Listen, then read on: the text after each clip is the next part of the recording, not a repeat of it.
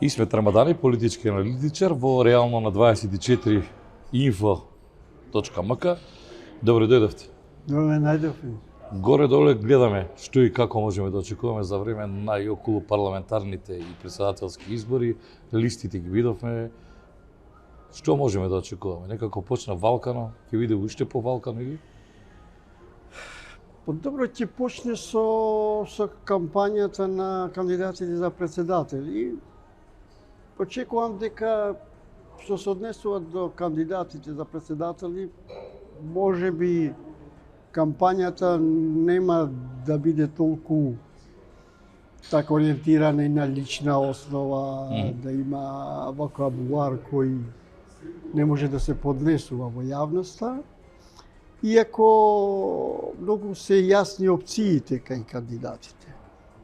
Мислам дека едната опција е потврдна во однос на тоа што е евроатлантска интеграција, односно европска интеграција. Тука би ги ставил господинот Пендаровски, актуелниот председател, Бујар Османи, Таравари. И овие другите, мислам дека имат не со нијанси, него очигледно јасни концепции, опции кои се судруваат со евроатлантските интеграции и евроатлантските вредности. Прво, кандидатите кои се во исто време градоначалници, тие, мислам, нивниот вектор на однесување и влијание е лимитиран. Затоа што сепак немат перформанси кои се компатибилни со условите, ингеренциите, обврските кои се предвидуваат. Но Јакимовски бил на истакнати државни позиции. Да, меѓутоа се работи за уставни ингеренции на институцијата председател. Ако ги читаме од 79 до 87, кои се компетенциите, кои се обврските, кои треба перформансите да ги имат, мислам дека најдобро тука ги исполнуваат господин Пендаровски и Бујар Османи. Зошто го велам ова? Затоа што се работи за надворешна политика, компетентност, за безбедност и сето друго што е поставување на одредени кадри во судството, националната, односно Народната банка и така натаму, тоа е друго.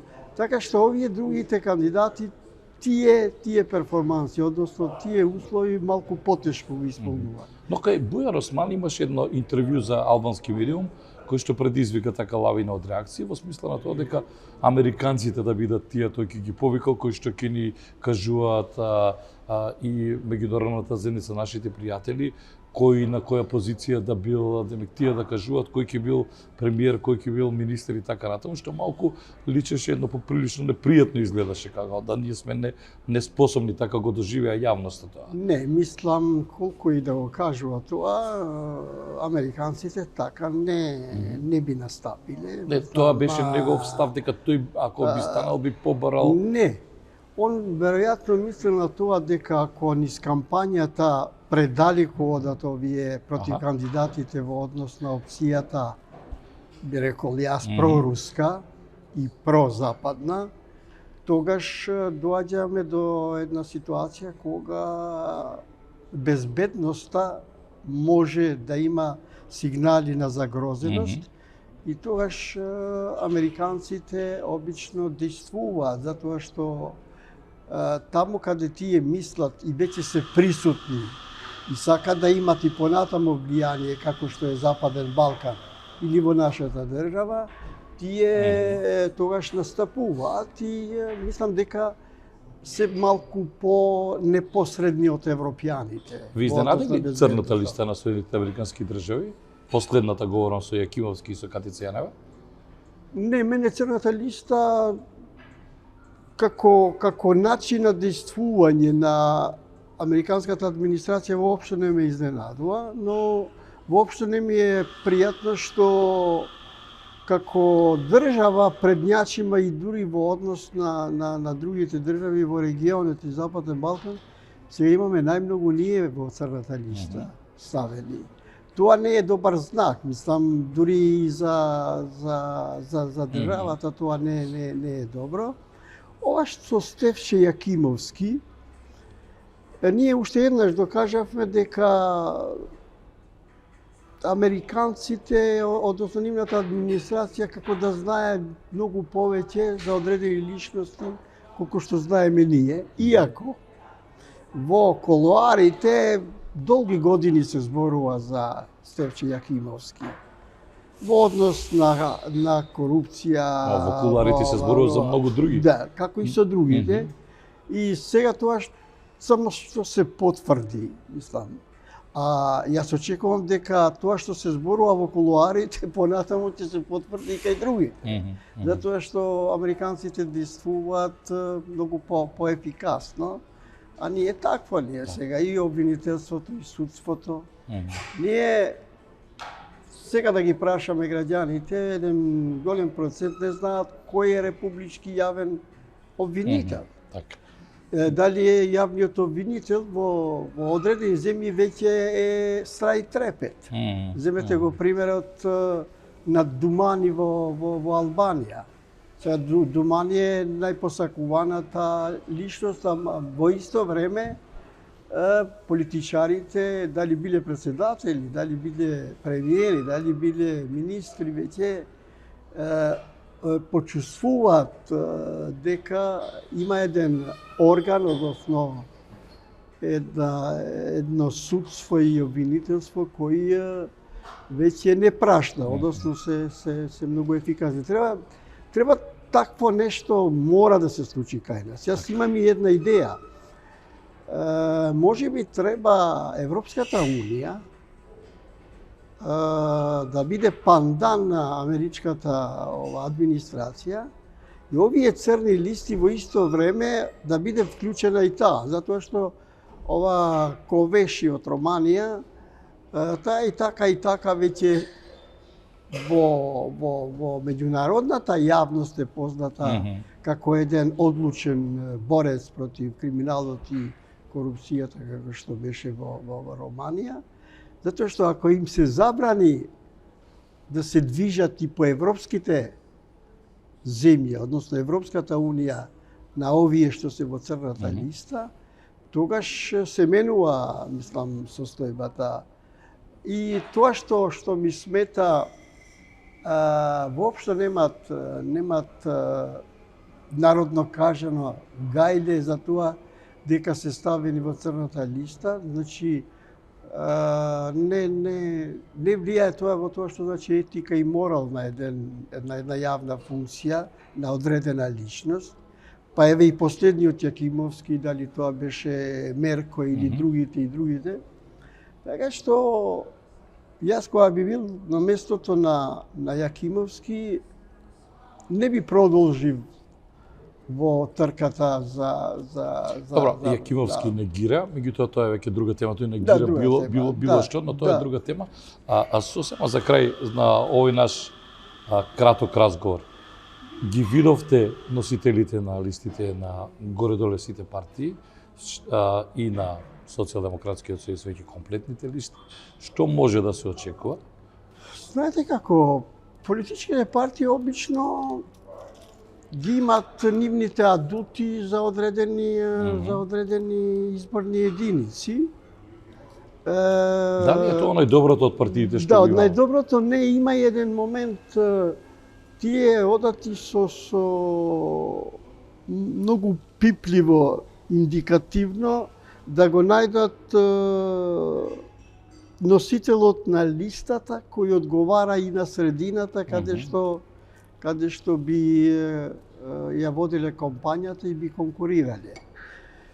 Јас очекувам дека во однос на сите овие анкети што ги имавме, може кампањата да промени нешто и со самиот настап, затоа што во време на кампањата сите кандидати и политички партии се отвараат. Не можат да се кријат, да бидат конспиративни, кои ќе бидат нивните програмски определби, кои концепти, која опција. И ако се откријат значи до крај, тогаш мислам дека многу полесно граѓаните, односно гласачите би се определиле за која политичка партија, односно за која политичка и геополитичка опција би се одлучиле. Може ли подобри кадри да извадат? Сите. Можеа ли подобри кадри? Знаете што, во политиката ние познаваме само една индуктивност на кандидатите во средините каде што конкурират, а во исто време кога сме неутрални од страна како да гледаш шахисти кога играат. Секогаш мислиме дека има подобри кандидати од тие кои се кандидирани. Дали во однос на нивната интелектуална, политичка, популарна позиција нивна, меѓутоа, знаете како, во рамките на една партија има интереси кои се групни, индивидуални, влијат со одредени влијание. Тука е вмешана и бизнис фелата, се вмешани и други во одредени ситуации, за жал, може и криминални структури да се вмешани. Затоа што таква е ситуацијата. Таму каде имаш висок степен на криминал и корупција, обично имаш влијание и во тоа кој каде ќе биде рангиран во изборните листи. Кратко само. По 8 мај ќе имаме влада или можна е широка влада или можна е бугарска сценарија? Или ќе победи ВМРО како што говорат анкетите? Прво, јас не верувам дека ВМРО ќе победи со таа разлика која тие мислат, односно и тие кои се проксини. Затоа што сепак се менува во текот на кампањата расположението.